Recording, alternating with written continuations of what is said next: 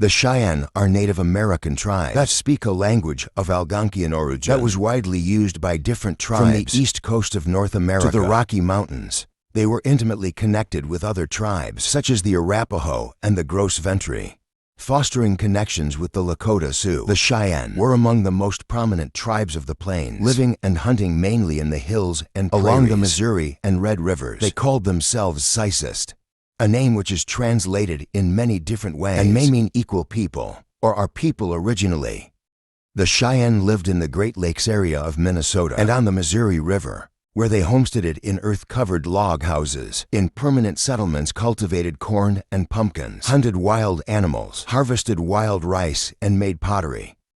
By the late 1600s, however, they began a westward migration, most likely due to competition and conflict with the Ojibwe, Arikara, and Mandan Indians. As migrating to the southwest, their lifestyle shifted to that of nomadic hunters and gatherers. In the 1700s, the Cheyenne took over horses brought by the Spanish and became skilled buffalo hunters. Nevertheless, conflicts against their Sioux enemies eventually pushed the Cheyenne further into the plains, who in turn pushed the Kiowas tribe further south. In 1830, the Cheyenne broke up into two groups, one inhabiting the Platte River near the Black Hills and the other living near the Arkansas River further south in Colorado. Those who relocated to the Arkansas River eventually came into contact with the Kiowas and their Comanche allies. Several fierce battles occurred between them until 1840, at which time an alliance was formed with the Kiowa, Apache, and Comanche tribes. Under the Fort Laramie Treaty of 1851, the first Cheyenne territory was established in northern Colorado, comprising the present-day sites of Fort Collins, Denver, and Colorado Springs.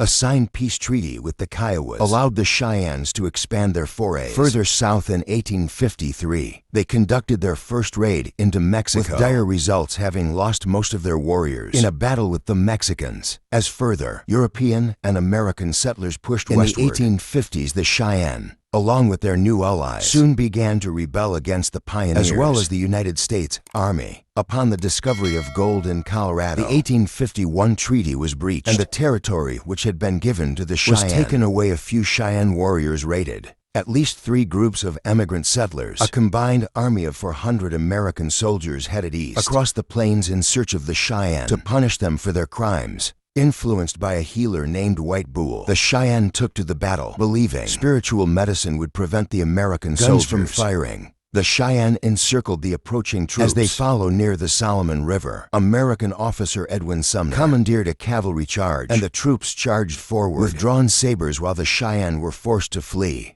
It was the first battle that the Cheyenne fought against the United States Army. The American troops pressed on, and 2 days later burned a Cheyenne camp and obliterated the living quarters and the winter supply of buffalo meat. This prompted what became known as the Colorado War. Of 1864 to 1865, the Cheyenne people were forced to move to a reservation in Oklahoma, where yet another conflict took place. In the early morning hours of November 27, 1868, after experiencing a number of miscommunications, Lieutenant Colonel George Armstrong Custer led the 7th United States Cavalry in a raid on a peaceful Cheyenne encampment.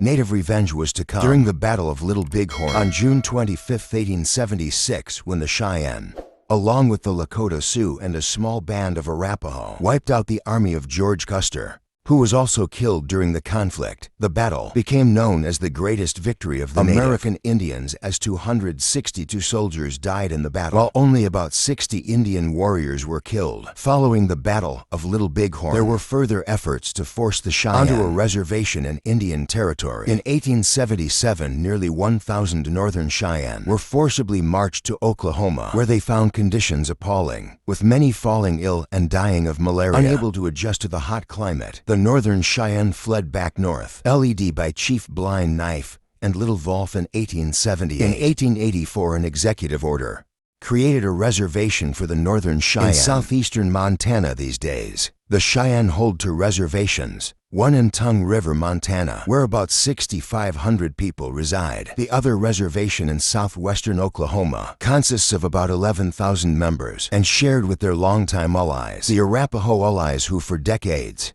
have fought together for the right to keep their way of life.